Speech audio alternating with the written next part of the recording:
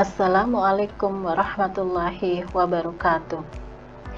Saya Nurhayati SPD, calon guru penggerak angkatan 4 dari SMP Negeri 1 Linong, Kabupaten Pati, Jawa Tengah.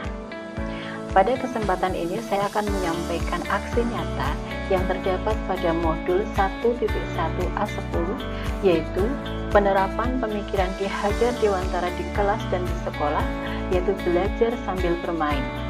Karena bermain adalah sesuai dengan dunia anak dan merupakan hal yang sangat menyenangkan. Nah, permainan yang akan saya sampaikan adalah permainan tebak gambar tentang organisasi kehidupan yang berisi tentang sel, jaringan, dan organ yang terdapat pada mata pelajaran IPA kelas 7 semester 2. Latar belakangnya adalah bahwa materi organisasi kehidupan tentang sel, jaringan, dan organ adalah materi yang abstrak dan sulit dipahami. Sehingga dalam pembelajaran ini banyak anak yang pasif karena mereka kurang tertarik dengan materi pelajaran. Maka diperlukan media yang jelas dipahami dan lebih mudah dipahami, yaitu kartu bergambar, serta model pembelajaran yang menyenangkan, yaitu model pembelajaran bermain tebak gambar. Pada pembelajaran biasa, yang biasanya guru menggunakan media PowerPoint, banyak anak yang pasif dalam belajar. Mereka asik bermain sendiri dan bercanda dengan teman-temannya.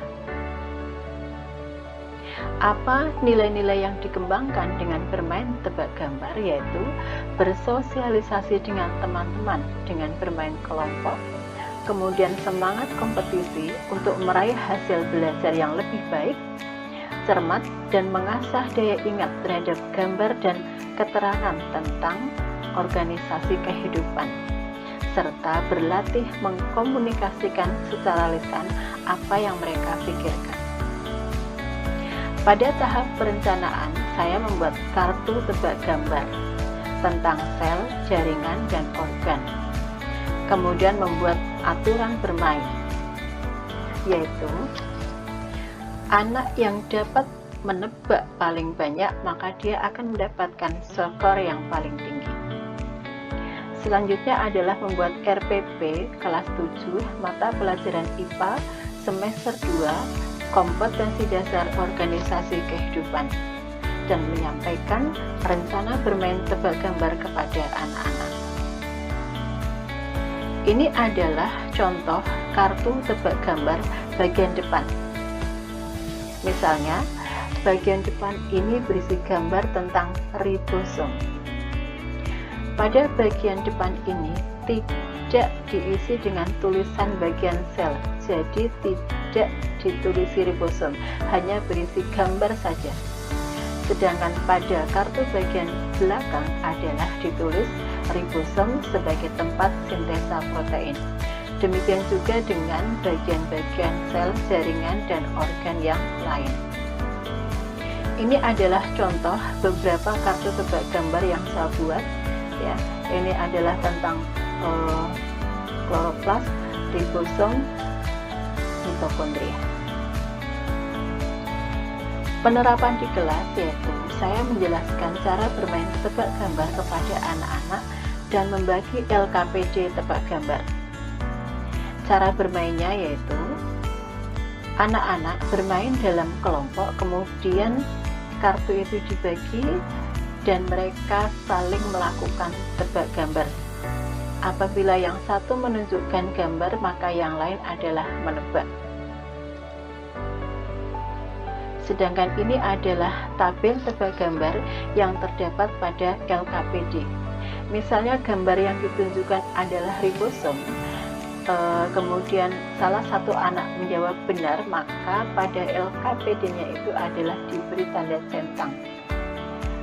Jumlah jawaban betul adalah jumlah centang yang dia peroleh, ya, kemudian dikonversi ke nilai.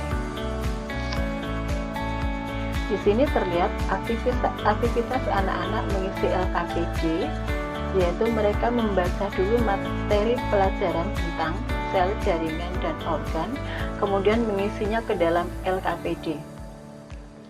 Tujuan mereka mengisi LKPD terlebih dahulu adalah supaya mereka belajar membaca dulu sebelum mereka melakukan tebak gambar, sehingga mereka setidaknya sudah mempunyai bekal ingatan tentang gambar-gambar dan fungsinya. Cara bermain tebak gambar terlihat pada gambar di sini, yaitu siswa yang satu menunjukkan gambar bagian sel kepada siswa yang lain, sedangkan yang lain adalah menebak nama bagian dan fungsinya. Terlihat bahwa anak-anak bermain tebak gambar di ember kelas, jadi pembelajaran tidak dilakukan di dalam kelas tetapi di luar kelas. Hal ini dimaksud supaya anak-anak itu lebih merasa santai dan rileks serta memiliki ruang gerak yang lebih luas daripada di kelas. Di sini juga terlihat bagaimana santai tetapi antusiasme mereka dalam belajar ya. Ada yang belajarnya boleh sambil tiduran, sambil duduk, sambil bercanda dan sebagainya. Refleksi yang saya peroleh dari pembelajaran ini adalah ternyata belajar sambil bermain dapat mengatasi rasa jenuh dan malas pada siswa, serta dapat meningkatkan aktivitas belajar mereka. Belajar berubah dari berpusat pada guru menjadi berpusat pada murid. Tetapi dalam pembelajaran ini, guru tetap harus mendampingi setiap kelompok secara adil dari kelompok satu ke kelompok yang lain supaya tidak terjadi kesenjangan dalam hasil belajar dan tidak ada yang merasa kelompok yang lebih istimewa daripada yang lain serta yang lain merasa tidak diperhatikan. Ini adalah foto pendampingan kelompok secara adil di mana saya itu berpindah dari kelompok satu ke kelompok yang lain.